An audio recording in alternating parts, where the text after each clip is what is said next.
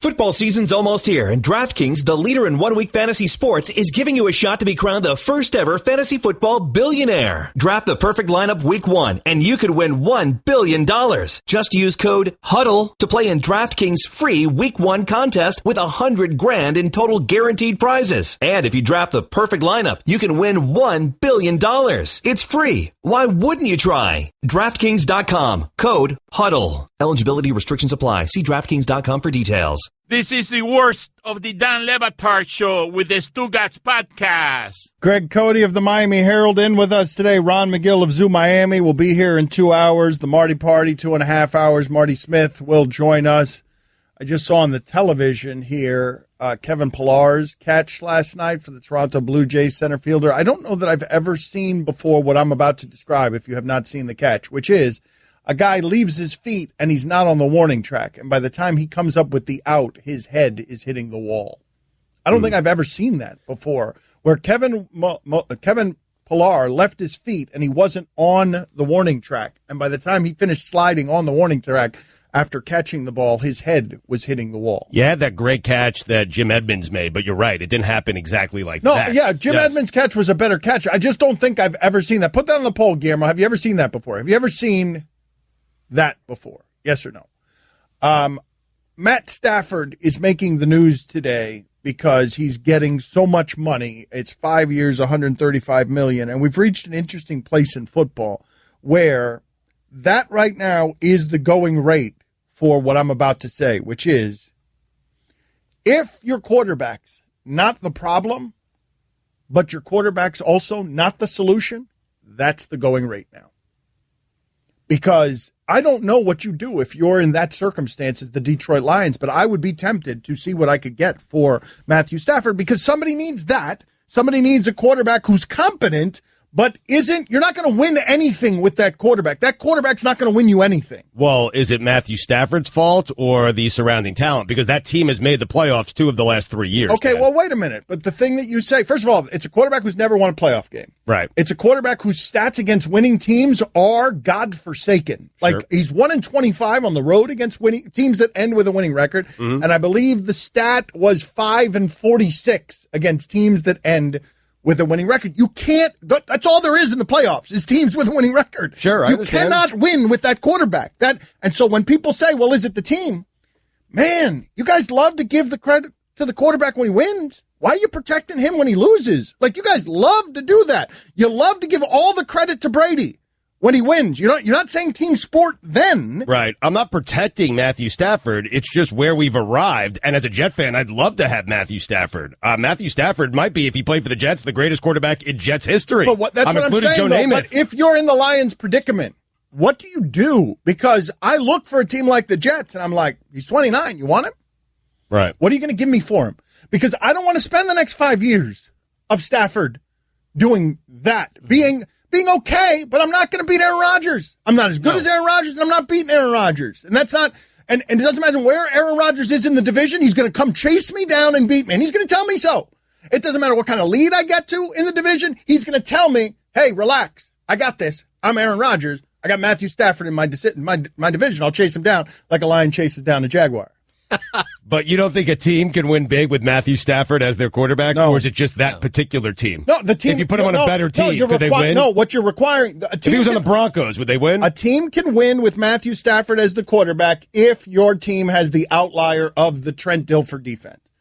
But that's always a bad thing to bank on. He can't beat good teams. Like, that sample's large enough.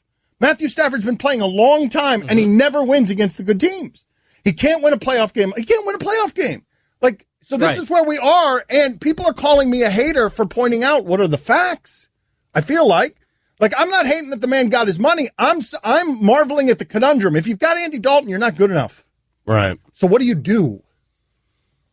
You pay him. I'd pay him. I mean, he's 29 years old, and I disagree with you. I think if you have the right team around him, that potentially he could win and take you deep into the playoffs. He almost did a couple of years ago. They were 11-5, Dan. Calvin Johnson quit, man. I understand. He quit. Okay, it's because of Matthew Stafford? But I mean, all of it. Right. He had Calvin Johnson, and Calvin Johnson quit. Right, I'm not you think Calvin Johnson would be quitting if Aaron Rodgers was a quarterback? I don't know. I have no idea. I don't think so. I mean, you're probably right, but I don't know. I'm just not ready to blame that or everything on Matthew Stafford. The only good thing they have is Matthew Stafford. Okay, well, there you go. But I'm wondering why that one's happening. I'm curious as to why that one's happening, because I swear you guys are always doing this one to me. Whenever a quarterback wins, you're telling me it's only the quarterback. And yeah, a lot of things go into winning. But he is not the solution to winning. That's been proven, correct? Yes. Drew Brees wins games. His defense is terrible. He goes and he wins games. He wins playoff games. He wins the Super Bowl when and his defense doesn't help him. I guess it's been proven. I'm just saying, for a dreadful organization who really never does anything good, at least 2 out of the last 3 years, that quarterback has gotten them to the playoffs. Not terrible. You overpay for a guy like Matthew Stafford because you look around and you see 8, 10, maybe 12 teams in the league that would kill for Matthew Stafford because there's bad quarterbacking in the NFL right now in the bottom third of the league. So by that measure, Stafford is great. But he's not going to make your team great. I agree with you. He can't solve Green Bay. He's just a quarterback. He's Phillip Rivers. Phillip Rivers is better than he is. He's better. But look, Matt Stafford is going to have prolific numbers. He's going to have a career where 5 years from now, somebody's going to be going, he's got a chance for the Hall of Fame. I don't think he does, but his numbers are going to speak for that possibility. But this is the part that's problematic, okay? What I'm about to say is the most problematic part of all of it, because we could sit here and argue whether or not Matt Stafford is good or bad, and we can use wins or we could use other numbers if you want. But this is, to me, the problem. In a salary-capped sport, you cannot have the Patriots not feeling the need to give Tom Brady the max, and the Detroit Lions are not getting value at quarterback. They're not. You could say you got to pay him and you got to keep him, but they are not getting value at quarterback in a salary cap sport. Right. You can't have that. Well, what's Brady making this year? But what I'm saying is you give all the money to Joe Flacco and look at what the Ravens have become. The Lions aren't going to get any better because now they've just paid a quarterback that no longer represents value. So they can't get better. Where and how are they going to get better? Where are they going to go get the money? So this is the conundrum to me understand. In the NFL. But do you? Because when Cote's saying there are 12 teams in the league that would kill for Stafford, go make them kill. Go make them kill for Stafford. Go around and ask. But I'm not certain. I'm not certain they would kill. I'm not certain if the Lions called the Jets and said, "Hey, Matthew Stafford's available." The Jets would say, "Man, we're more than a Matthew Stafford away." The Broncos might. Well, the Broncos might, and I don't know if they ever reach out to him or not. I shop him though. That's the reason I cannot live in this purgatory of Andy Dalton, of Joe Flacco, of Alex Smith. They're not good enough. You need too many other things to be right about your team. They're not the answer. There are certain quarterbacks in that league who are the answer, and I believe those are the guys you pay. And they're not Tannehill, and they're not Dalton, and they're not Stafford. But if you make the team, and they're not Flacco either. If you make the team around him better, then all of a sudden you don't have a quarterback. You have, they haven't had a great running back since Barry Sanders. Their defense wasn't particularly good, even when they had Ndamukong Suh. So you got to do something right. And if they think Stafford is a superstar, Mike, I know what you're going to come in here. Flacco at the going rate.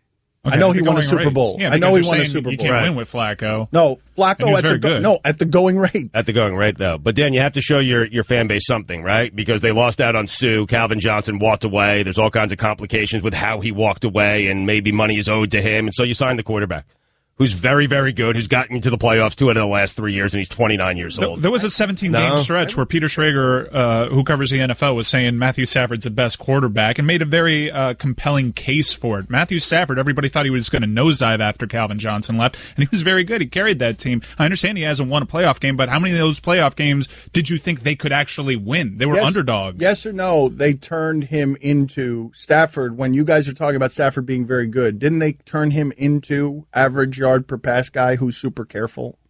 He became more careful, yeah. But with Calvin Johnson, you're also apt to take more chances down the field. He doesn't necessarily have the wide receiver skill set. I find it to be an interesting discussion, and what I wonder is, because what Stugotz is saying is the tact that they've been taking in Copycat League.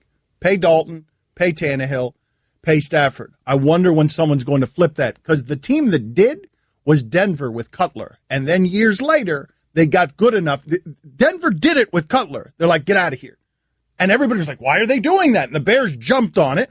The way somebody like the Bears would jump on Stafford now if you were because the Bears, what did the Bears trade?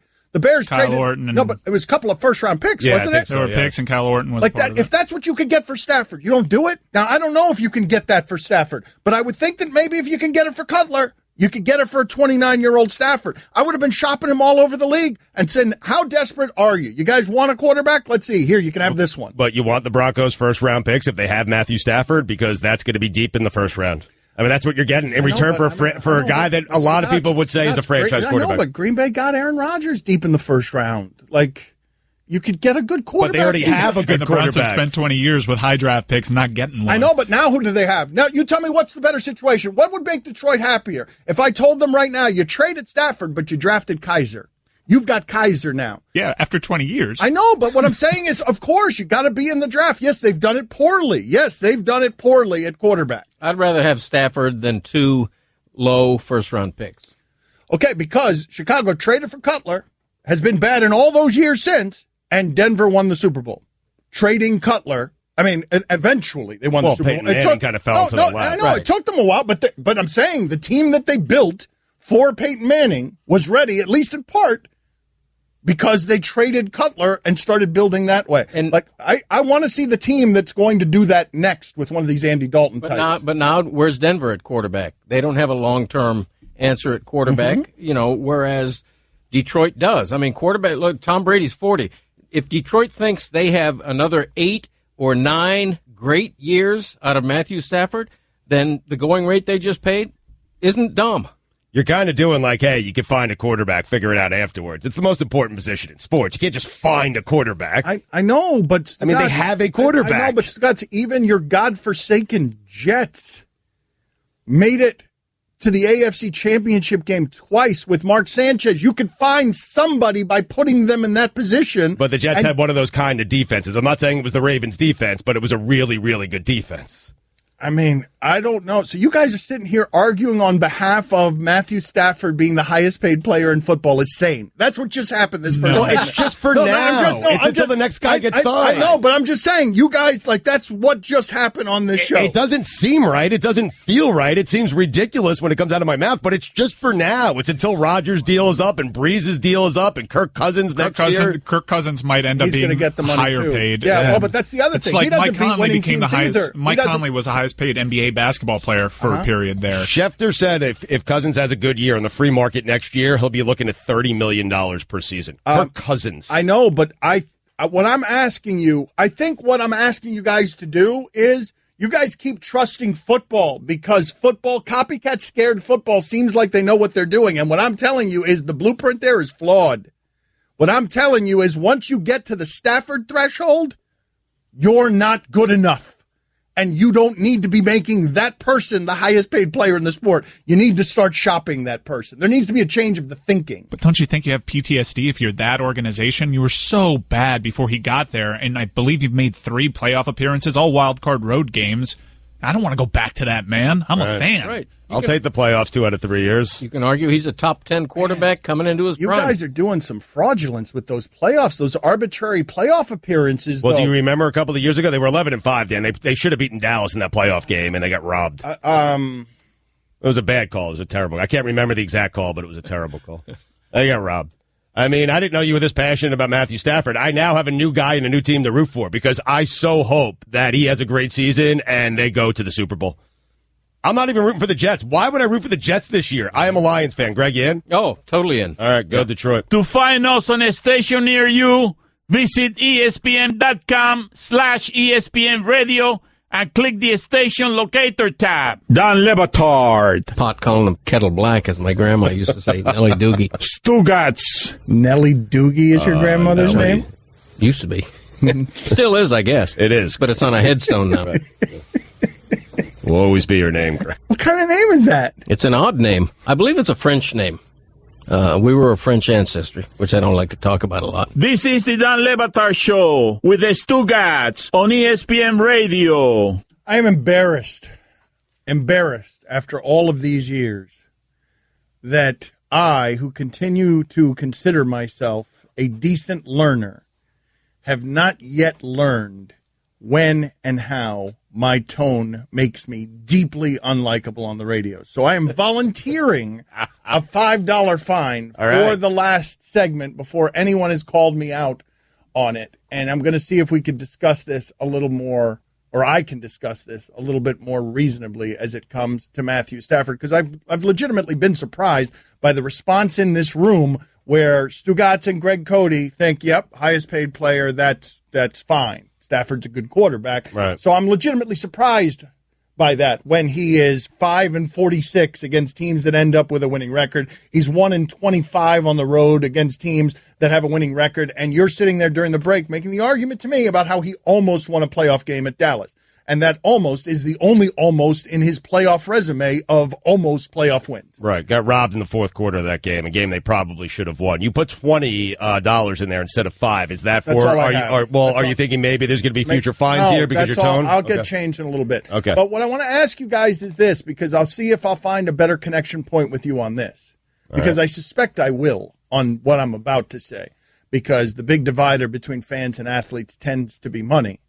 And so when I ask you this, if Brady in a salary cap sport where you have to find winning in the margins because they're not allowing you to have an advantage with money, if the key is to find value, if the Patriots don't have any overpaid players, they never overpay a player. You will never hear of the Patriots doing this. Never. The Patriots don't do this.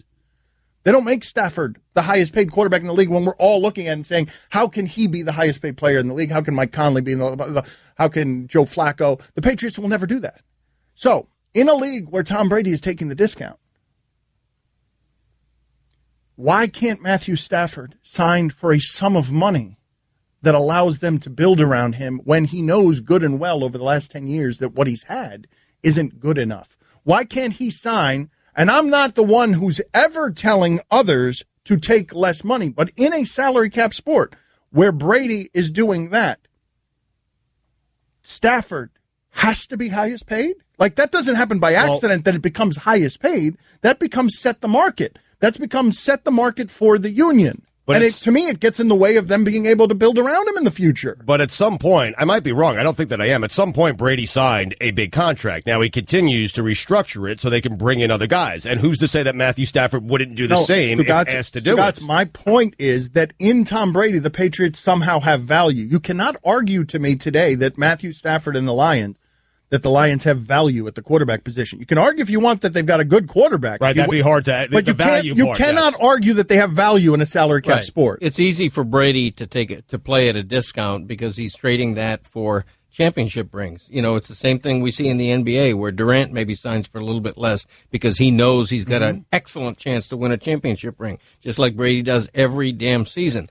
Otherwise, I don't fault anybody for getting as much money as they can. You know, if I'm offered a raise, I'm not going to say, you know what, give me half of that raise and give somebody else more money. It just doesn't work in the real world. Man, I've done that all my life. It only works in sports if you're playing. I've done it with every contract I've negotiated. Thank you. Seriously. I've done it with every last contract I've negotiated. And we're certainly not talking about the stratosphere that these guys are in. And we're not talking about a salary cap sport either, right? Where by taking more of the money, you're actively getting in the way of your chances of winning when you've never won a playoff game not taking the most money. Right. Yeah, that's true. But Dan, you're acting like you can't win. I mean, Brady is getting paid. He's going to get paid north of $20 million this year. He's the 14th highest player in the NFL. Derek Carr, the Raiders have a good team around him. Derek Carr he's the second highest paid player in the league. Derek Carr is younger. Derek Carr is still on the rise. I mean, Stafford's 29. I know, but Derek Carr is what? What's Derek Carr? 24? 25? He's younger. Stafford has been better the last 2 years than in his entire career. Carr's 26. The Patriots did somebody to a really high contract for their position. They did for 1 year with that mercenary, Darrelle Revis. It worked out for them, but they got out of that business real quick. And the Jets picked it up. Well, they didn't. They got Revis, but they didn't make him the highest paid player in the sport. Did they make him the highest paid player in his position? At his position, I believe. Did they? Yeah. They won a Super Bowl with him. Right. Well, one of the things that's interesting here that's tough to sort of chew on is the Lions are never going to be the one who take the bold move of trading Stafford because you've got too many jobs tied to him. You know, the management needs to win now can't take 3 years to build a new quarterback because they're all going to lose their jobs. That's one of the things that's in play here that makes it difficult for Marvin Lewis to trade Andy Dalton. Mm-hmm. It makes it difficult for Adam Gase to trade Ryan Tannehill because you don't have footing that will allow you to take a couple of 4 and 12s and keep your job. The Patriots signed Revis to a 2-year deal. The first year was $12 million, which is a very high salary at that position, but fairly reasonable considering what the second year was, $20 million. And I'm not even sure why they put that option in there because obviously there was no chance they were picking it up. Dan Le Batard. Which are we making less of today? Nellie's or Bert's? Stugotz. Although Nellie Furtado, she's with a Y. My Nellie, my Nana was Nellie, which is the way to go if you're a Nellie. See, IEs look down on Ys throughout the name kingdom. This is the Dan Le Batard Show with the Stugotz on ESPN Radio. Stugotz is saying that the Celtics got to hit the Cavs with a COB by the end of the day, close the business, or we're going to start taking our pieces back. Yeah, this one has a wrinkle. COB, they need to do it right now. Danny Ainge needs to get on the phone. Oh, so it's not close the business. It's right now. So wait a minute. So it's not COB. It can't be COB if it's right now. Well, I think most people would say 5 o'clock, 5 p.m. is COB, is close of business. What I'm saying is at 5 o'clock, Danny Ainge needs to tell the Cavaliers the entire trade is off. And just to add a little wrinkle, he needs to call them and tell them also, hey, Gilbert, at 3 o'clock, I start taking pieces back. 1 piece per hour until 5 o'clock. And he has to do it like that, refer to him by only his last name? Yes. So at 3 o'clock, I'm taking Jay Crowder back. At 4 o'clock, I'm taking the draft pick back. And at 5, he's just got to start taking everything back. Okay. That's what he has to do. 4 o'clock, he's taking Isaiah back. I really don't think you can do that. The league office has already approved the trade. You're just making stuff up right now. You know, the Cavaliers knew what they were getting. They were getting a guy with a bum hip. What they really wanted was the draft pick. They got the draft pick, okay? Who cares about Isaiah Thomas's hip? Who cares? You want him healthy for the playoffs. If he doesn't come back until 40 games into the regular season, who cares? What you wanted was the pick, and they got the pick. Don't be stupid. And good luck selling your fan base on this. We lost the pick. Now we got to bring Kyrie back. Kyrie and LeBron hate each other. LeBron's leaving after next season, and Kyrie's leaving in 2 seasons. I mean, complete disaster. The hip's COB. The hip's a little problematic, Stugotz, because he's in a contract year. Right. And so he can't really have surgery, so he's going to be playing on a hip that's bad, and you're not getting the Isaiah Thomas that you had last year. Right. So it's the Cavs' problem, though. Okay, but but he hasn't passed the physical. Well, he hasn't passed their physical, and the Cavs knew what they were getting, and really what they wanted was they're asking for Jason Tatum now. Get out of here. Okay. Danny Ainge, don't give them another thing. Tell them at 3 o'clock. Right. Every hour starting at 3, you're taking a piece away. But you can't do that. Well, I think you can. No, once you take one, what are you doing? This is why. I'm doing business, man. This is how you do business. It's to God. You put some pressure on All right, so this is what we've got going on right now. What you're doing. What I'm doing is C.O.B. That's what I'm doing. And at 3 o'clock, once per hour, I'm taking a piece away. Yeah. That's what I'm doing. Yep. Thank you. So let me just see if I have this straight. Okay. So the Cavs are sitting there, and now Jay Crowder's gone. And the Cavs are just going, oh, that hurts. Yep. Let me wait till 4 o'clock. Then, now the pick's gone. Oh, and so now they're just going to end up with Isaiah Thomas and his bum hip at 5 o'clock? Yep. Okay. Yeah. Great plan. Start pulling pieces away. All right. At 3. All right. You can't do that. Other than that, it's a great idea. C.O.B. Danny Ainge, get on the phone, and I left out a dot there after the B.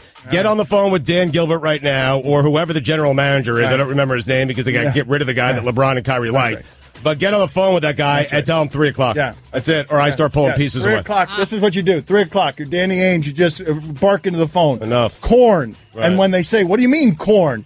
Cabinet. Yeah. Cabinet. Mm-hmm. Just scream into the phone. I mean, they just noticed now that Isaiah Thomas's hip he's on a bum hip. Yes, they noticed it when they ran him through an MRI. Oh, yes. They had no idea, but they didn't watch the playoffs last year. They were playing him. He didn't pass the physical. They played him in the Eastern Conference Finals. But they stopped playing him when he hurt himself. C.O.B. It's just such a great argument. Annul it. Don't book your travel. Go ahead and make the next joke that Mike whispered in your ear. Go ahead, okay. do it. It's Just okay. do it. Yeah, it's okay. Do it. I don't remember it. I have no retention. Don't book your travel without heading to Upside. Save yourself lots of cash on flights and hotels. Plus, when you sign up, you'll get a gift. Tell them about it, Gotts. 3:00 p.m. ET. Catch more of the Dan Le Batard Show with the Stugotz, 10 to 1 Eastern on ESPN Radio and ESPNU. Daddy, where do babies come from? Honey? Mommy went to the store. Oh, well, you see, there's a mommy and a daddy, right? Right. And see, when they call Geico, they could save a bunch of money on car insurance. Oh, really? And that makes them happy? Yes, that makes them very happy. That's good. Yeah. Well, I'm glad we could have this talk, sunshine. Geico, because saving 15% or more on car insurance is always a great answer. Dan Le Batard. Stugotz is kind of morally bankrupt. Stugotz. That's fair. This is the Dan Le Batard Show with the Stugotz on ESPN Radio. ESPN Radio is presented by Progressive Insurance, creators of the Name Your Price tool. Choose from a range of coverage options and pick the price that works for you. Ron McGill, noon Eastern, on the Shell Pennzoil Performance Line. Here's your SportsCenter update. Rockets owner Leslie Alexander donated $4 million to the Hurricane Harvey Relief Fund, started by Houston Mayor Sylvester Turner, the team announced. The Astros ownership also agreed to donate $4 million to the relief efforts. Outfielder Yoenis Cespedes will miss the remainder of the season because of a right hamstring strain, the New York Mets announced on Monday. And finally, former Eagle and Congressman Jon Runyan has been driving an Uber for the last 9 months. Runyan made more than $40 million during his playing career. He insists this isn't about making money. He's doing it because sometimes he gets bored. That dude's as big a human being as I've ever stood next to. Massive. I could not believe the size of that man when I stood next to him. For all the latest headlines and information, tune in to SportsCenter on ESPN Radio all throughout the day. You have said forever that Kim Bokemper, former Dolphin defensive lineman, is the biggest man you've ever stood next to. Runyon replaces him? Shaq. I've never stood next to Yao Ming, and Shaq is the biggest human being I've stood next to. And Bryant McKinney is right there. But Runyon is in that conversation. That dude, when I stood next to him, I don't ever feel small. I mean, I'm 6'3", 245 pounds. Like, I don't ever feel small, except when I stood next to Jon Runyon and Shaquille O'Neal. I agree with you on Shaq. I mean, I'll never forget the first time after he joined the Heat that I'm in the locker room looking at his empty shoes. Just the shoe. Yeah, size 22 or 23. Unbelievable. I mean, Runyon is 6'7", 350. Right. McKinney, too. McKinney's in that area. One of the things we learned, shockingly, during the break, Guillermo, put this on the poll, is Greg Cote self-absorbed? We learned during the break that Greg Cote has an amazing blind spot when it comes to his own self-awareness. Because Greg Cote, I was making fun, Greg Cote takes more selfies than an Instagram model. And so I was making fun of him. And he was wondering, why do I do that? And I'm like, because nobody loves Cote more than Cote loves Cote. And so we went around the room and asked everybody, is Cote self-involved? And they all looked at me like, what are you talking about? Of course. Cody's like, really? I am? I don't think of myself like that. Mm-hmm. Except you just sit here, and the only things you laugh at during the show are when your voice comes up on the rejoins. You sit there and smile and nod, and you're so happy that it's your voice. Yeah. And he does that specifically to keep you in the right mood. Some of those rejoins are great. They're fantastic. Right. Yeah, when you're that deep in, you don't see it. Like, Greg is so deep in on loving himself that sometimes it blinds you, and I think you're blinded by it. Take it from a man who knows. Well, Greg, he was just asking, during the break, well, if I'm so self-involved, why do the texters seem to like me so much? And I'm like, because you're in on the joke, because you don't take yourself seriously. We were actually talking about the idea of what would Trump buy himself in approval rating if any of you thought that he could ever laugh at himself? Oh, it would buy him so much, man. Like, can you imagine a scenario where Trump would make a mistake, be embarrassed, and laugh about his mistake? Can you even imagine that somewhere within his personality construct? Absolutely not. But if he did, it would help him out enormously. Or if he did it from the start, like right when he was elected, can you believe that I'm the president of the free world? If he tweeted something like that out, it'd be funny. Yeah, because self-involved without a sense of humor about it is not quite as likable. And there's so many opportunities he's had to be self-deprecating. Like the one time at that summit where that famous meme showed him elbowing past another world leader. That would have been a perfect chance for him to make fun of himself for doing that. Well, who's like that? Who in sports could benefit from that the most? The idea of it. Who in sports could benefit the most from, you don't think that person is fundamentally capable of laughing at themselves? Wow, that's a good one. Belichick, maybe? Well, yeah, but don't you hear all the stories that Belichick does laugh at himself? Well, but it's not even that, though. With Belichick, he doesn't need it. Nick Saban? Right. But those two guys don't need it. Yeah, I guess you're right. What do they need it for? They're winning, and everyone acknowledges their greatness. But people don't like them. A lot of people don't like Nick Saban in particular. Okay, fair enough. People don't like them, and maybe they buy themselves something, but people respect them. There is a respect extended to those two based on their excellence that cannot be disputed. So who in sports would actually benefit in terms of Q rating, popularity, in terms of likability from just being – I thought T.O. could have benefited from that. Mm-hmm. I thought T.O. in his career, if he could just smile and wink at some of the stuff he was doing, instead of always being defiant about it. LeBron, maybe? No, he's already at the top of the sport. He doesn't necessarily need it. He's kind of like Saban. I would say Kevin Durant. Well, you saw that Foot Locker commercial, right, with Ndamukong Suh and Boogie Cousins. And Foot Locker is making some really good commercials. In fact, Foot Locker is making better commercials than Nike, I dare say. Hard as that is to say. That's crazy. Because Nike's not doing a lot of funny. Foot Locker. I think a lot of those are collaborations with the shoe companies because they're using shoe company guys. So a lot of those are collaborations between Foot Locker. But credit to Foot Locker for getting people in that creative environment. Right. Well, you've seen Ndamukong Suh and Boogie Cousins are talking about their reputations being unfair while they're accidentally, trampling, a woman in a parking lot who's got groceries on the floor, an old woman who's trying to get on an elevator. And it's a funny commercial. Yeah, they're cute. But they buy something, right? Oh, yeah. They won't. It doesn't extend to anything because their next incident, that's not going to buy them anything. Right. Yeah, and they're acknowledging their negative reputation, which is a starting point. A lot of people are saying J.J. Watt. I don't know if it would help him or not. J.J. Watt not taking himself so seriously, kind of mocking. Okay, but I don't. Do people have a problem with J.J. Watt? You have a problem with J.J. Watt, but I don't think people in general, I have a problem with J.J. Watt. I think J.J. Watt tries very hard to be the mythical creature you want your sports role model to be, but everyone we talk to says that's the actual J.J. Watt. That it's not like an A-Rod situation where it's insincere, that that J.J. Watt is kind of like a fireman who's interested in public relations. Wait a second. A-Rod's insincere? Whoa! I've had to rethink J.J. Watt because you're right. Dominique Foxworth spent time with him. Said he's a really nice guy. He's exact, and he laughs and he's funny and he says he's exactly what you see. You're a fraud. I'm going to have to rethink. You've been trying to figure out a way to attack J.J. Watt the last 2 days. You haven't. Yeah, he checkmated you because there's flooding in Houston, and he's made the hurricane all about himself. But I'm not going to do it. I am not going to do it. No, he has raised almost $1 million or more than $1 million. Right. I'm not doing it. You were saying things in private that can't be said publicly. Correct. So you saying on the air, I'm going to have to rethink my position on J.J. Watt is about as fraudulent as anything you've ever said, and a resume that is complete with counterfeit. I'm not going to argue back. But I'm saying, you saying I've had to rethink my position on this is just laughable. Right. I mean, you were mother bleeping him by text the other day just on my phone. Yeah, it was.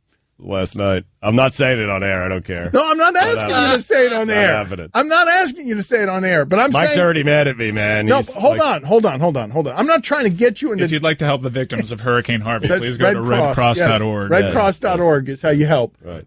How do you feel about J.J. Watt, Cody? See, every time you're setting me up again. Cody, we just did it last segment. The clock you're isn't co-hosting. Occasionally, we're going to solicit your opinion. I'm gun shy. Greg, I'm gun shy. Greg, we just got you with the clock. The clock is at the end of every hour. It is not every 10 minutes. I like J.J. Watt as a player. Personally, I've never met the man, but I think his reputation is clean. I mean, I think he's great. What's not to like him? See, unlike Stugotz, I don't find him to be disingenuous at all. I think what you see is pretty much the real deal. And what I see is favorable. I'm not going to say it then. Okay, well, hold on a second. Let's get into what Greg Cote just said, which is the idea of J.J. Watt's reputation being clean. I want to get into this conversation as it relates to Sharapova. In fact, Mike, can you play the reckless speculation sounder so I can have some room to move here, please? Time to throw away all journalistic credibility and get reckless. Here is something we like to call reckless speculation. You're good. Gary, we'll put this on the poll. Would you be surprised if J.J. Watt were cheating? What happened? I'm just saying. I ain't saying anything. He's physically stronger than everyone in that sport. That's weird. I can't believe you did that to J.J. Watt. Don't do that today? Don't go there. Okay. Guy's doing so much good work. I wouldn't do that in general. Well, but we're not talking about his hurricane relief. That's fair. If you'd like to help the victims of Hurricane Harvey, please go to redcross.org.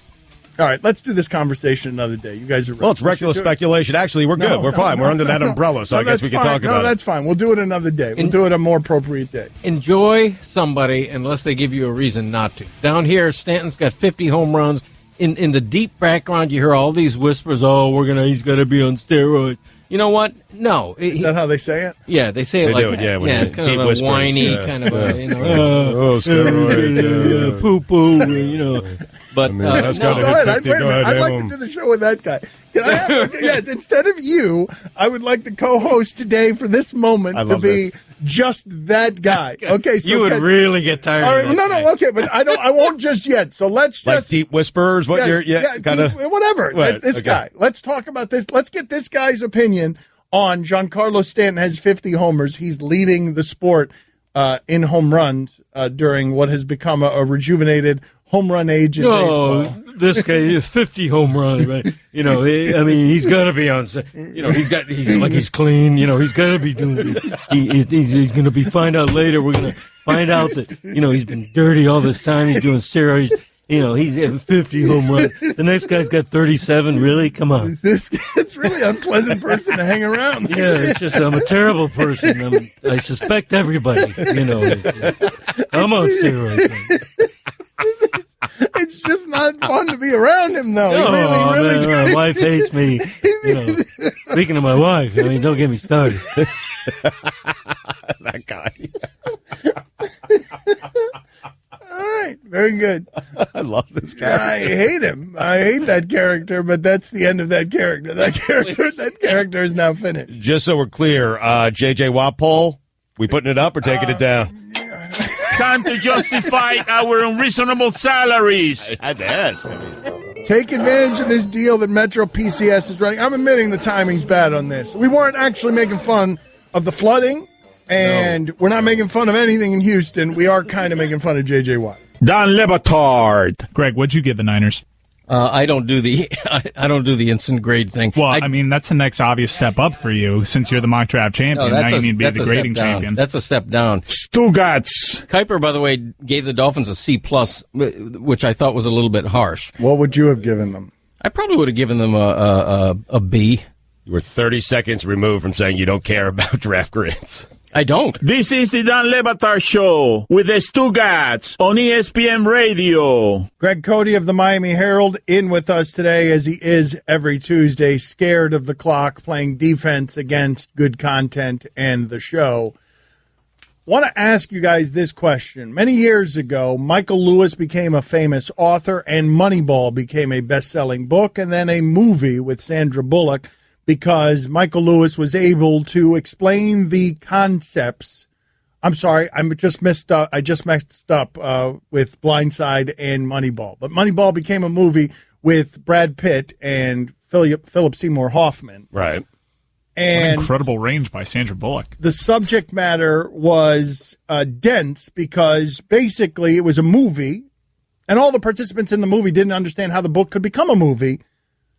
It was a movie about exploiting market inefficiencies. But basically, Oakland was winning baseball games without spending money in a salary cap sport, and Michael Lewis explained it in a way that connected with people in a huge Hollywood way. Right. If you watch the movie, it's basically all Scott Hatterberg. He's the reason. Scott Hatterberg is sort of because he walked. Yes, exploiting a market inefficiency. People weren't finding value in walks at the time. Batting average was still something that was being measured instead of the more accurate measurement of value, which is how few outs do you make? And so the walk is as good as a hit, regardless. It seems obvious. The thing that I'm jumping off to, though I've explained it poorly and meandering, is the idea that right now in football, America's most popular sport, there is a team that is winning and nobody has any idea how it is they do it. Like, we are all confused at how it is that the Patriots can make all of their players so disposable that they can win the Super Bowl when Tom Brady sits out 4 games. They can win the Super Bowl when Gronk is out for a long time. That all of their players seem to be somewhat interchangeable, except maybe the quarterback position. Right. And what I want to ask you guys, as it relates to the Matthew Stafford contract, he's now going to become the highest paid player in the sport, is how do we have at the top of sports a team that's winning and we can't really explain it? And furthermore, I would say that one of the ways that they're winning, one of the Moneyball things that they're doing is they find value. They don't overpay anybody. And in a salary cap sport, that matters. It matters that you're always letting guys go before you have to pay them. Mike was just telling us they did it last year with the linebacker they sent to the Cleveland Jamie Browns. Collins. Yep, they did it with Darrell Revis. They let him go after his good year. But Mike was talking about the wide receiver. Was it Cooks, Mike? That Brandon they signed? Cooks, yes. Yes, right. He makes about $800,000 this season, and that jumps up to $8 million and change next year. And given their history, you kind of feel like Brandon Cooks isn't going to be there next year. Right. You are left to wonder that, right? You're left to wonder whether or not Cooks will be there when they have to pay him $8 million. Well, what I'm left to wonder, though, because Michael Lewis wrote the Moneyball book, and in doing so, he had been a great author for a while, made himself famous, made himself be able to do any project because he explained things that can be hard to understand in a way that was good storytelling and eventually became a movie. Sure. And what I'm asking you is, when is the right author going to get his hands on what the hell the Patriots are doing? Because we've got in our most popular sport something that's confounding everybody as to how it is that they exploit market inefficiencies. Who is going to get close enough so that we find out, A, specifically how they do it, and B, is one of the things that they're doing that is being undercovered. They'll never give the Stafford contract. And it matters in a salary cap sport that at every position you have what you think is value. And the moment they become too expensive is the moment they lose their edge if they start paying those people. Right. Yeah, they're very strategic in all of their decisions and moves. And they're not afraid to be unemotional. You know, Vince Wilfork all of a sudden is a little Richard too old. Seymour. There's countless examples. Done. Right? There's countless examples. And just now, Ty Law. I mean, you lose Julian Edelman for the season. To many teams, that would be almost catastrophic. To the Patriots, you're like, you don't know. Fill in the blank. Well, no, they slide Chris Hogan over to be Julian Edelman. No, he's not going to be. Is he going to be? He had 2 touchdowns the second Edelman went down. Edelman's not really a slot receiver. I think you're doing that just because he's little and white. Yeah, I probably am. Right. And Hogan's tall and white, so I don't make him a possession. Brady takes up 13% this year. Will take up 13% of their total team salary cap. And to compare that to a team like, I don't know, let's say the Lions now with Matthew Stafford. He will take up over 16% of their total salary cap. One of them is not Tom Brady, though. That's right. That's right. Aaron Rodgers is, what is the number on Aaron Rodgers? 18% of the salary cap. And Aaron Rodgers is nearly 18%, but they haven't been good, as you pointed out. His team has been less good since he got paid because he's got fewer players that they can pay. I mean, it's very simplistic, but doesn't the answer start with the Patriots have what could be the greatest coach and the greatest quarterback of all time, and they've enjoyed extraordinary continuity with those two guys. But the quarterback was a 6th-round pick. The quarterback was not he's not anybody that anyone would have thought is the greatest quarterback of all time until they made him the greatest quarterback of all time. And then they made Jimmy Garoppolo be someone that they could win with. And it makes you wonder, can they do it with anybody? And if they can, how? What do they know that no one else knows in the sport? When's an author going to get a hold of it and be able to tell us some of the secrets? An author did. You familiar with Ted Wells? He wrote a book on it. Really? Oh, the Wells Report. Yeah. You want to know? There's a movie that was made. Roger Goodell burned it. Yeah. Don Le Batard. You can't have fun when you're old? Stugotz. Look at me. I'm having a ball. Ballin' it. This is the Dan Le Batard Show with the Stugotz on ESPN Radio. Greg Cote of the Miami Herald is in with us today. He has a Back in My Day. We will get to it in moments. He's happy with it. He put up a selfie on Twitter last night of himself smiling because he takes more selfies than an Instagram model. And in it, he said, when you didn't have a Back in My Day, but all of a sudden you like the idea. So he's got an idea, and we all look forward to hearing that Back in My Day. Yeah, I wouldn't oversell it if I were you. All right. Only because I liked the idea probably more than the execution of the idea. Okay, very good. Did you have a few beers in you when you liked the idea? You never know. No, I kind of do know.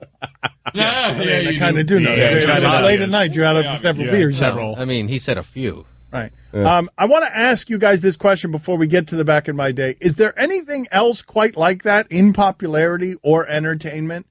Anything quite like the Patriots, where something is hugely popular and everyone who likes it looks at it and says, how the hell are they doing that?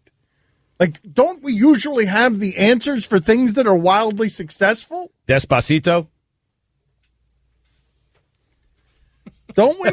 Don't we normally have the answers? To me, honestly, one of the great mysteries of my lifetime, not just sports, my lifetime, is that something is allowed to exist at the top of our most popular sport, and all of us are sitting here saying, yeah, 100 catches, Edelman, whatever, they'll figure it out.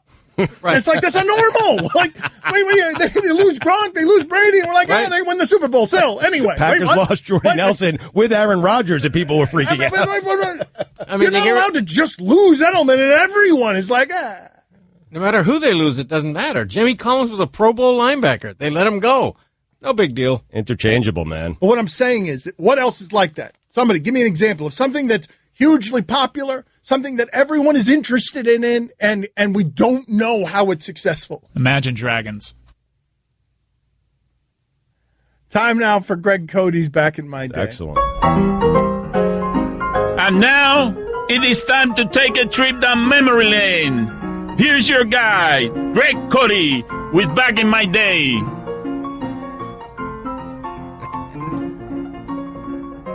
Water! Raise your hands if you remember water. No, I mean regular, ordinary, classic old water that poured out of your tap into your glass and down your gullet. It was refreshing, fine, perfect, I'd say. The one essential ultimate drink and enjoyed for pennies a glass. Now we're playing taps for the tap. Water as we once knew it is dying, murdered by our obsession for what's next, our mistaken belief that everything can always be improved upon. Water now is bottled water, spring water, artesian water, flavored water, antioxidant water, carbonated water, all glorified designer versions of the original, and all at great cost because companies know the gullible will drink it up. Folks, there are three things that should never cost money: air, sunshine, and water. But now you go into an upscale restaurant and they ask if you want sparkling or tap, except they say tap with a condescending sneer as if you'd be getting liquid, cloudy, and yellowish straight from Flint, Michigan, likely with something mysterious floating in it. No, tap water's just fine, please. Thank you, I say. Sparkling water. Who in God's name convinced water it has to sparkle? What's water got to be happy about? It's water. Waiter, I not only don't want my water sparkling, I want it sedate, morose almost, aware of its modest place. I think the designer trend may have started with Evian, which fittingly, of course, is the word naive spelled backward. Now one of the trendy waters is Voss, the so-called artesian water from Norway in the cylindrical bottle with the silver top. Well, guess what? Norwegian TV has reported Voss has the very same source as tap water from a municipal supply, contrary to its snooty marketing and big price. Walking around with an expensive designer water is akin to wearing a perfume called pretentious.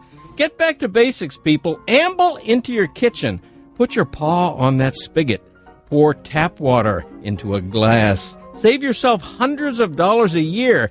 Be every bit as healthy and tip a pitiable smile every time you see some poor sap buying designer water instead because advertising told him to. I'm coming out with a new line of T-shirts that depict a simple, ordinary glass of water and the words tapping it. I'm Greg Cote, and that's how it was back in my day. He was drunk. Tapping it. I need some help here, Mike, because hammered. I believe that the best way to do a job is fearlessly, and I feel like Mike Ryan today is just filled with uncommon fear.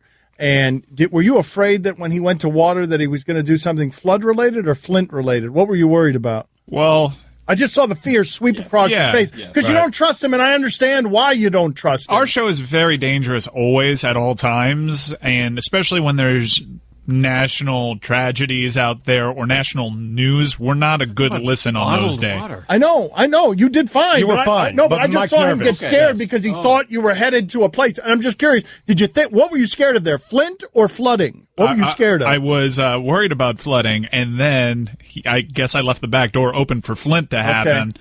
But I'm just curious. Well, he's scarred from the J.J. Watt. But he got yes. He's scarred from the J.J. Watt thing. But I'm just wondering though, like it. So is J.J. Watt exempt from criticism today of his personality? Yeah. Okay. Yeah. Guys, it's just a week. We can handle the week. Right. He is doing a good deal. Praising J.J. Watt. I know, but I'm not down on J.J. Watt. I'm not the one with the. I don't think that Stugotz is representative of the audience as a whole. You asked in if he terms was of how cheating. he feels about J.J. Watt. Well, It's that's not a the different day. conversation. It was under reckless speculation too, and you were good. Okay. Dan, it's just not the day to ask whether or not he's taking steroids. You shut up. Here's the thing. You shut up. Here's the thing about J.J. Watt and cheating. I can't believe you did that. Possibly cheating. Hold on a sec. I didn't do anything. Hold on. That's more in keeping with I don't think that it's possible for me to feel shocked by an athlete trying to gain any kind of edge. And it was more of what we were talking about with Sharapova, where at this point, I find it hard to believe anybody. Like, I feel really bad for the innocent who aren't cheating, who get incorrectly caught cheating because they've got no chance in this environment of, I just assume everybody's cheating. It's what I assume. Because whenever I'm faced with seeing a bunch of things where competitionaholics are going against each other, trying to win and always trying to gain an advantage in a way that sometimes a safety will cut off his finger because he wants to get on the field. If you care that much, you're probably going to check the pharmacy out. Yep. Anybody, though. I'm just talking about everybody. You have said there's not a single person, not a single athlete where if we discovered today they were taking steroids where you would be surprised. Me, not for me. Right. I'm saying that right now everything's so contaminated in sports that anybody is in play on this. Really? And I'm not even doing it physically. I'm talking about everyone. Pedroia, everybody. Edelman, everybody. I mean, Mike, would you be surprised if Altuve was... Yes. Tested positive? You would be. You'd be shocked? D. Gordon got 50 games. Yeah. You surprised by that? I was surprised by D. Gordon. But I'm saying if D. Gordon, But now you're armed with D. Gordon. You have that information, so you'd still be shocked? Until I did some research and realized D. Gordon weighed 30 pounds heavier than he did a couple seasons prior, even though he's still tiny. Guillermo Mota, go look at him. I think they got him twice. He's made of straw. The only proper answer this week as to why is J.J. Watt so big is because his heart is fair enough. humongous. There he is. That's and why. He pumps out more blood. That's why. That's right. Great American. That's totally accurate. What you're saying there, that is the reason that J.J. Watt is so great. If you took J.J. Watt's heart out of his body, he would weigh as much as a fetus. But his heart is that big. Mm-hmm. And so that is what we should be celebrating. Yep. This week. The heart of America. The last couple of days. You let me know when we can get back to normal programming, please. Can I get an announcement? I would like an announcement on that. Can we have some sort of official? I want something to go off where my father says, okay, it's okay to criticize J.J. Watt now. I want it officially announced around here. I got a lot of pent-up things. I know you do. I got all of them last night on my phone. I know. He's turning red because he's holding them in. I got them all. I got a private show last night. Him ripping J.J. Watt's charitable efforts. It's amazing. You want more of the Dan Le Batard Show with the Stugotz? Tune in starting at 10 Eastern on ESPN Radio and ESPNU. Dan Le Batard. Let me go around the shipping container filled with frightened refugees. What do you imagine Pitbull smells like? The bidding starts with facts and info. I think he smells like my dad's cologne. Guillermo, what do you imagine Pitbull smells like? A combination of sweat and like agua de violeta. Oh, nice. Stugotz. Roy, what do you got there? Dracar Noir. Mike, what about you? What would be your guess on what Pitbull smells like? Fireball.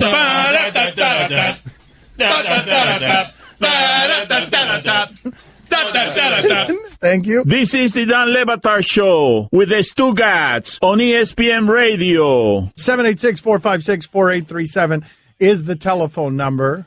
And if you want to talk to Ron McGill and have something other than questions about your puppy, I would appreciate it, because there are a lot of questions here about people and their puppies, and I don't want this to turn into a vet segment. I want it to be an animal segment. I don't want this to be the call that you make to your vet. 786-456-4837 is the telephone Can number. I have the first question then? Yes.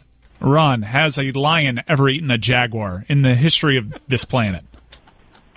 Not that I know of, but, I don't know if everything has happened. It would have to have happened in captivity because, of course, the jaguar only occurs naturally in tropical America, and lions only occur naturally in the eastern hemisphere. So they don't swim across the ocean. They would not normally meet. I thought you might say that, but what about in ancient Rome? The gladiators, they would just entertain what people. about Greg Cody's claim that he's seen a lion eat a jaguar, even though, they're on different continents?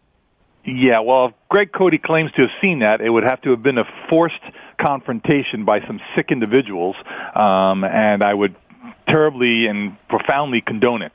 I mean, condemn it. But who would win a hypothetical bout between? Well, that really didn't go the way that you expected it to there, Ron.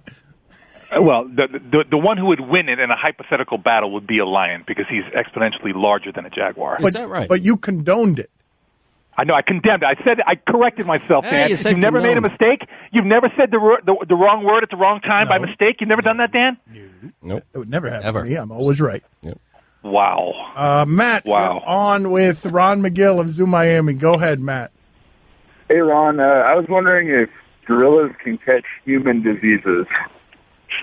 Yes, absolutely they can. It's what's called zoonotic diseases.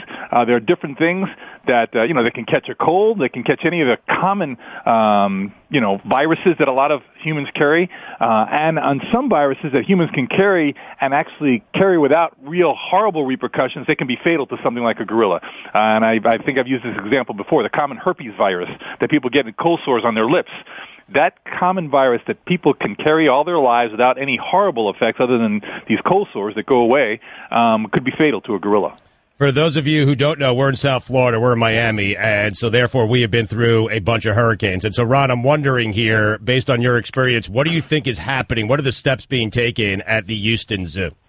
Well, I'm very fortunate to have been in contact with the Houston Zoo. They're doing actually remarkably well. The big challenge is getting staff there to help take care of the animals, just because the routes of transportation are being, compromised significantly, so people can't get there. But fortunately, the animals have done well. The zoo itself is not flooded, so that's on a positive note. Staff is getting there. They're in good shape. There's some other places that are not in good shape. The International Crane Foundation for things like whooping cranes is based in Rockport, and they're gone. I mean, the whole place is destroyed. I just saw photographs of it. It's nothing. It looks like a bomb went off there. So they're going to need some real help there.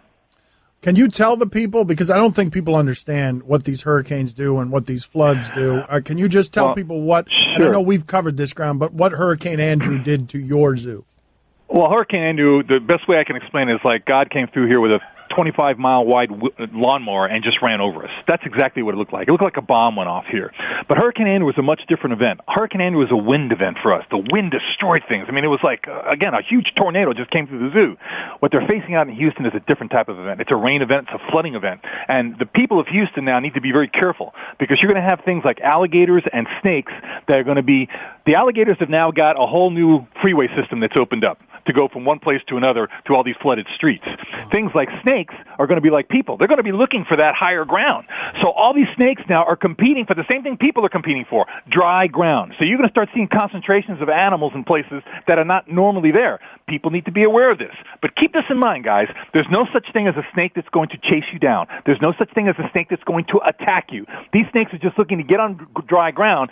Do not approach them if you see them. Be very cognizant of where you're walking now. There are rattlesnakes in Texas, a considerable amount of them. So these animals are going to be looking for that high ground. As far as alligators go, they might be having access to areas they might not normally have access to. I wouldn't worry about adults, but I worry about small children and pets, especially if you're splashing around in the water. Keep in mind, these animals, they're instinctive. They react to stimuli that's outside. In other words, An alligator's not going to see a human being and go, oh, I'm going to go get him. No. But if they'll sense splashing water that's like a distressed animal that might be drowning or dying in the water, and they're going to go to that, and if it's a small kid or it's an animal, they don't know to tell the difference. They're going to go at it. They're going to bite it. They're going to think it's food.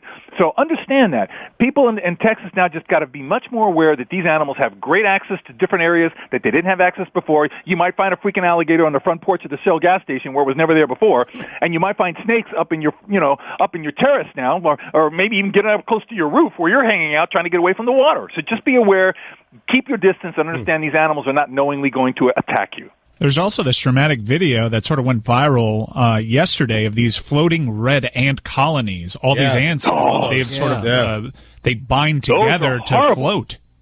Yes, those are horrible, and they will sting the heck out of you. A lot of them are fire ants, the same type of thing we have here, and these animals exactly what you described. They create a bridge with their bodies, and they actually keep themselves afloat that way. And if they come onto your body, they're going to sting the heck out of you. I would be so much more worried about those flipping ants than I would about alligators and snakes, because they will, anybody who's experienced these types of ants do this one thing. What they do is they wait for a bunch of them to get on your body, and then it's like all of a sudden one guy says, now, and they all bite at once. If the first one that got on your body bit you right away, it would give you warning and you wouldn't get attacked by the rest. But what they do is they release a pheromone. They wait till they're all like in place, and all of a sudden one goes, now, and everybody bites at once, and that's when it becomes brutal. Wait a minute. Yes. What? They send each other a code so it feels like a giant animal is biting you instead of just one animal? Exactly. That's exactly what it is. It's a pheromone that they release at the same time, which is a signal, okay, attack now. Oh, look at the fake Conor McGregor with his tongue out yesterday. Now he's just shocked and horrified and scared back there. If this happened in Miami, Ron, I could see all of this happening in Miami and it being worse because of where we are. Absolutely. No, I agree with you wholeheartedly, and that's this is a huge wake-up call. I mean, we talk about rising seas, we talk about sea levels, we talk about climate change. Listen, guys, this is all a huge wake-up call. What is happening in Houston could easily happen here and make it exponentially worse. Where could it not happen? Where is it least likely to happen? Why? Because in Montana, you have much higher levels of land. You're much, places like that up in the Northwest, these are areas that are much higher elevations from sea level. That's not to say they don't have other. To talk to Ron McGill, the telephone number is 786-456-4837. Also, I can't remember the last time a hurricane hit Montana, but I'm going to go ahead and say not in these last few but centuries. There are other natural disasters. You talk about floods. I mean, a hurricane doesn't have to be a hurricane to create a flood. You talk about the 100-year floods. These hit the breadbasket of the United States. I didn't know before seeing this. I did not know that Houston could flood like this. I was surprised as well. Did you guys know that? Yeah, I was aware that Houston could flood. I mean, just because of where it's located. I mean, that whole Gulf U area there, from New Orleans all the way down to Galveston, that's just yearning to be flooded. Yeah, see, because New Orleans, New Orleans being famously below sea level, like that one I understood. I did not think that Houston was capable of being flooded this way. Regardless, because all the questions here are about your dogs, and I don't want questions about your dogs, let's go ahead and do play-by-play on whatever video it is that we've sent you. What do we have today? I'm putting it on now. It's a cheetah. Oh, it's a cheetah's stalking. Oh, it's three cheetahs, three guys.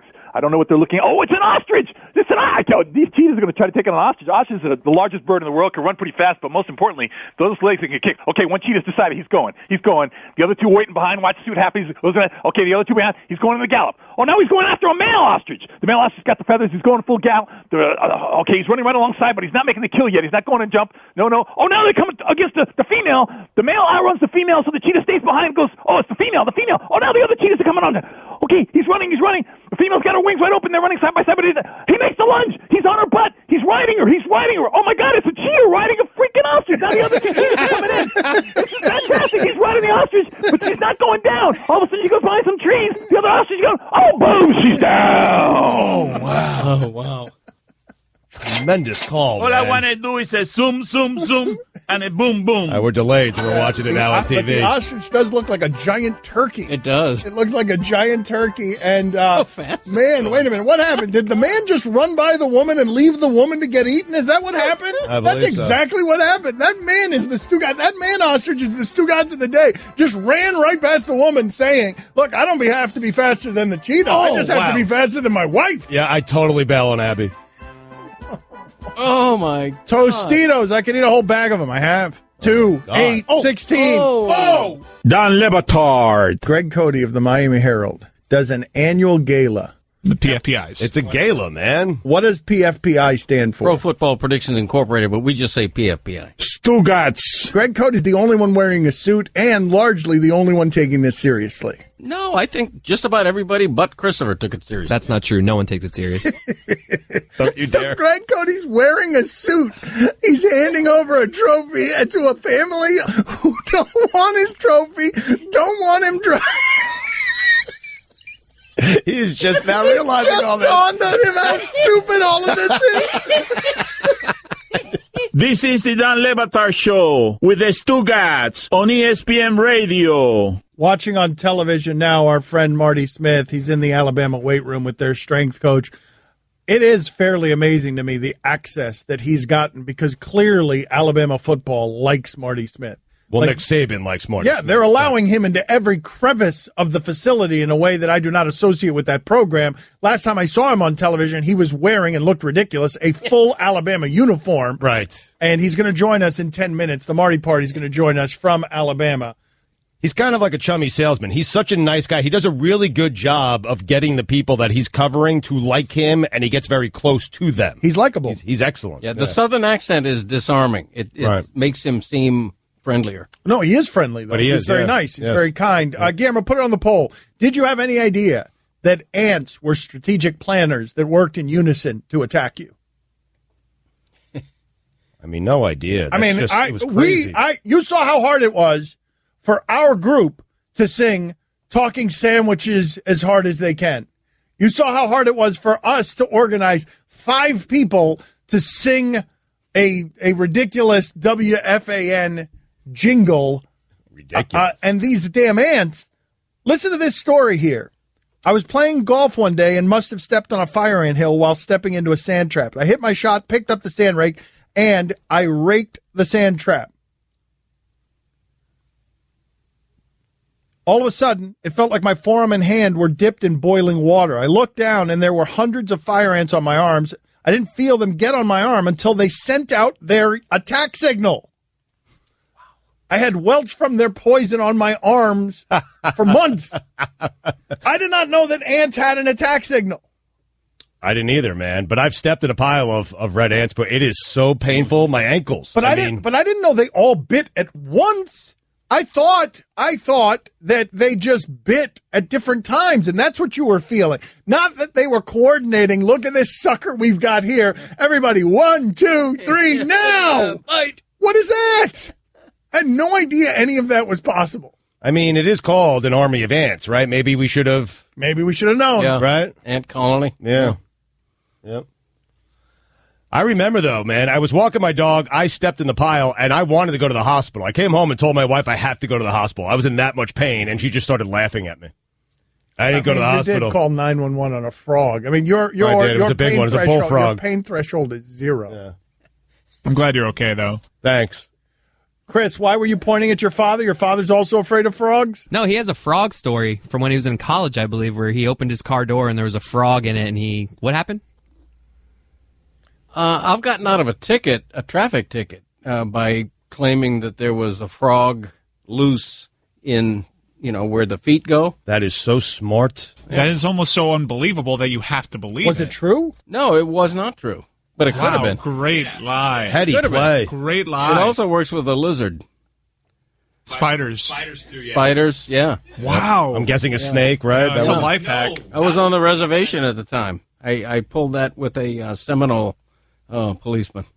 Can't do a snake because not a detail that was relevant in any way. I don't. Why can't you do a snake? Because the cop might. Totally useless it's obvious it's not in there. The phrase I was on the reservation. I mean, it's totally useless detail. Right. So Ezekiel Elliott here is going into his hearing, and Jerry Jones is saying this issue is complicated because there's no evidence. And I actually want to talk about this because I find everything that's happening around this to be fascinating for a number of different reasons. One, Ezekiel Elliott is going to have very few allies, and they're only going to sound like Jerry Jones. All of Ezekiel Elliott's allies are going to be people who benefit from what Ezekiel Elliott does well. So they're not impartial. The cause, we can all agree, is a good one. Sure, be super punitive with people who hit women. It's a scourge, it's a plague, and we need to correct it.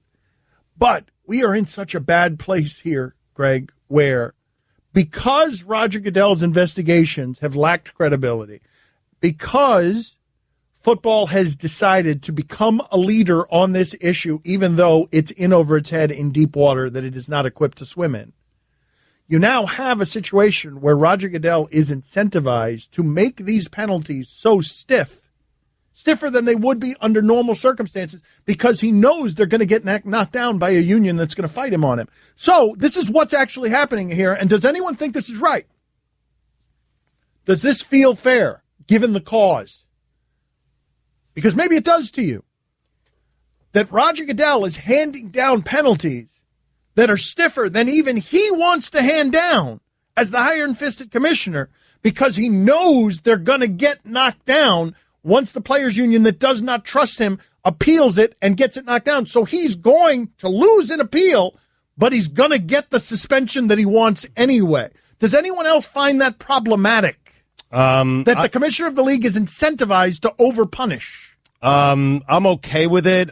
What you're saying, just so we're clear here, is he's going to give Zeke 6 games, knowing that it's going to be down to 4 games, 5 games, which is what he actually wanted in the first place. It's what he would have done if his investigations didn't have a credibility problem. He'd just give him 4 games. I don't see a problem with that. Do you, Greg? Like, I'm okay with the NFL. The greater good is a good one. The greater good is a good one. I just don't think the greater good is actually being solved. I don't think they're doing anything to cut into domestic abuse with stiffer penalties. And maybe you're right, but I will say this, like, the cops don't always get that right. There's a lot of cases in which, the female does not want to step forward and say anything. And the NFL, you have to give them some credit here, Dan. They made a big mistake. I understand what you're saying. Now they're going to over-penalize. But they did a 13-month investigation. They're armed with a lot more information than we are. Yes, agreed. But the part that I find problematic is they've botched these investigations, and because they now are incentivized to even be firmer because of how incompetent they've been in the past. But you don't think if they did a 13-month investigation and nothing came back, don't you think Zeke would be playing football week 1? I don't know. That's the fine.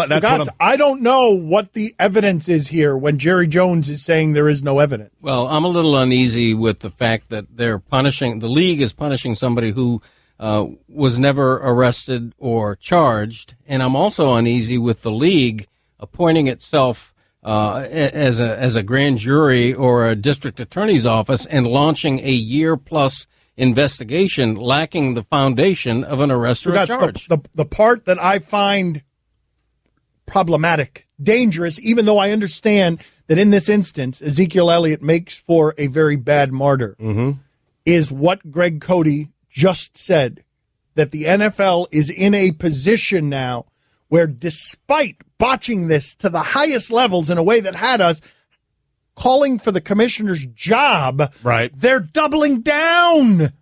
The league is now coming in even more aggressively after having botched it so egregiously that we all wanted Roger Goodell fired. Dan Le Batard. Come in here and tickle. Hurry up and tickle him till the end of the segment. My Dr. McGillicuddy said this could be bad for my heart. Could be bad for my heart. Stugotz. Having a heart attack.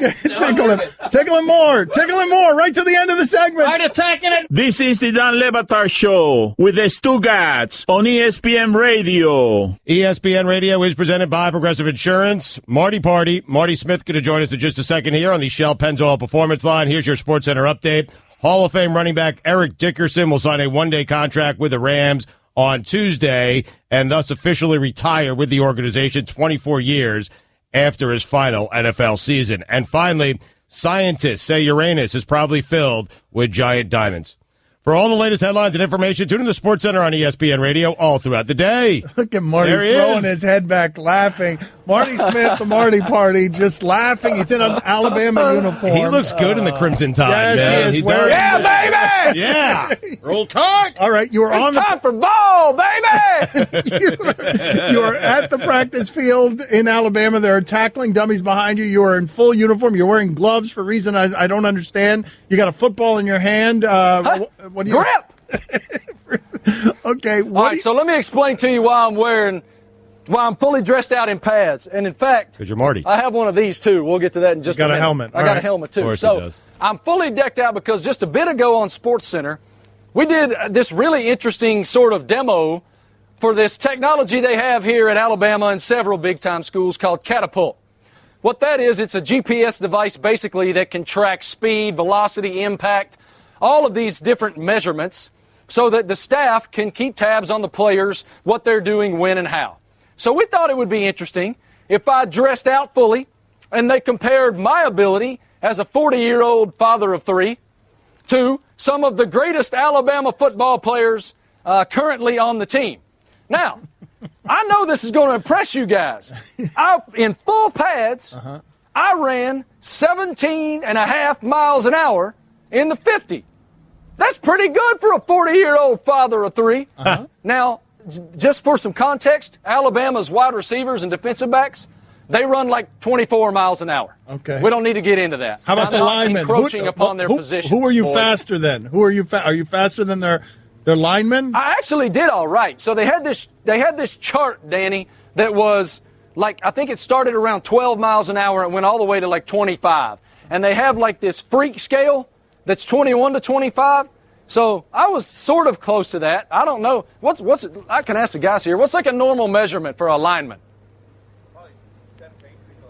Oh, 17. So I'm as fast as a lineman, You are fellas. as fast as Get a fat some of guy. that, baby. Congratulations. Get some of that, baby. I don't know what you're talking about. You're as fast as... Get some of that, lineman. All right. You don't want none of this 165 pounds, boys. All right. Can I get you to race? Are there any linemen around there? Are they in class? Is it possible to get you right now to race an Alabama lineman? No. There's no lineman, but I could take off running. Yeah. Okay, Just no, run. we'll do that I in want a to see him second. run. I want to see him run. Hold on. Right. Perhaps at the end of this segment, you will take off for a bomb. Is there someone there who could throw you a bomb? Yes. All right. Nice. Jonathan Wiley, my ace producer. He's always there. He's got the wing warmed up. All right. He's ready to throw me a bomb. We will Put the warm helmet up on. the I'm gonna wing put the for helmet 4 on, or 5 minutes. He's going to run, catch passes. Right, and we're anything gonna else? Tackling we're going to sled? have to do by play-by-play here for the audience because only a few people are watching this on television. But what have you learned, Marty? Because you have pretty extraordinary access to the Alabama team. I have, and that's quite a blessing. You know, Coach Saban really does, and his staff, they open the doors to us, and we come in and really get to show off his program, and they are just chomping at the bit, man. They're ready to hit another team. And, boy, they're going to face a good one in Florida State. Florida State has a ton of weapons. Very rarely do we see this type of matchup, 1 versus 3, on the opening weekend of college football. And trust me, everybody in these doors over here to my left is aware of that and ready to play. The thing about Alabama that never ceases to amaze me is how they reload. Just look at the defense. They sent 7 players, 7 players from last year's defensive unit to the top half of the NFL draft in April. And all they do is reload, all right? It's unbelievable how they do it. I don't know how they do it. The consummate example of that is defensive end Deshaun Hand. Here's why, all right? Hand, in 2012, I think it was, maybe 13, class of 2013, was the #1 recruit in the country, all right? The #1 player in high school in this nation. He's never started a game here. He'll get his shot on Saturday night against the Knowles. I'm curious here, Marty. Some people are writing in. What is you being a father of 3 as if you've given birth to the children and have anything She to did do all the with, work, Marty. Have anything to do with your 50 speed? The stress! It's the stress, man. That's right. It's a good point. Anybody who's a parent out there understands. Nothing ages you like being a parent. All right. Those little snots. You got to tell it. You trying to raise them right. Make sure they're not talking back. Make sure they're respectful, that they have manners, that they're not throwing food and pillows and all that mess around the house. I agree. It's stressful. Right. That's why I said I'm a father of 3. I agree with all of that because I have kids. I don't think it affects your 40 time, though. I mean, because you made it sound like you just gave birth and you ran straight out of labor right into your sprinting form. Get some of this. Look, he's got jersey with my M. name, Smith on the back of his jersey. All right, M. Smith, number 9. Yeah! All right. Let's go ahead and do this play-by-play on you running out for a bomb here. Let's go ahead and do this. Is the wing here we warm? go. Is the wing all right, warmed Wiley, you up? ready? All right, Wiley's fellas, getting ready. Here we go. Wait a minute. All right, hold on. He's putting on the helmet. Hold on, though. Before you go, hold on. All right, we're going to be able to see all of this. Okay. All right. Yep. Can you see it all? Yes, yeah, we got you. We got you. We got you. Right now, we've got you in the crouch. Yes. Here he right. goes out for a bomb. Number 9, M. Smith. It's thrown deep. Oh, don't run into that ladder. Oh, nice catch. I got so scared. Nice catch. Look at him. He's still running. He's still running. Where's he going? Yeah. Yes, he's still running. He went over the shoulder. He's running. He's Forrest Gump in that movie. He's left. In that movie, Forrest Gump.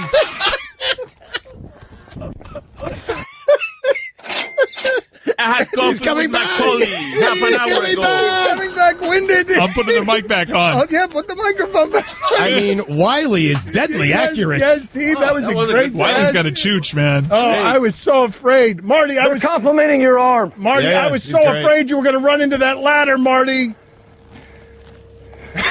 Too elusive, bro. Too many skills on this body for that. Way to go, M. Smith. I'm a little out of breath, I'll admit. Yeah, we can hear it. I'm a little bit winded. Really? You were great, though. I love you, Marty Smith. I love you, man. I love you. You're the best. I love buddy. you. Where can people Watch this. Watch these skills, CB. All right, let me spin go. the ball?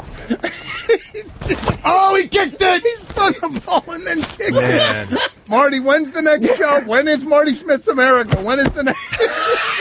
Quit pounding on your uniform and your name. When is Marty? When can people check out Marty Smith's America? When's the next one? Wednesday night, September 5th, 9:30, ESPN2. All right. We have 2 really cool stories. All right. One on the return of UAB football after a couple years off, and then we hung out with Brandon Marshall for a day in New York for a very enlightening conversation. I am out of breath. You're the best. Yeah, we hear, You're man. the best. Thank You're you, the best, Marty. Marty. Thank Outstanding you. ovation once again. Very nice. Marty Party is Marty. undefeated on the show. It's always been great. Every single time he's been on with us. You can listen to the Dan Lebatard Show with the Stugotz 10 to 1 Eastern on ESPN Radio, and you can watch on ESPNU.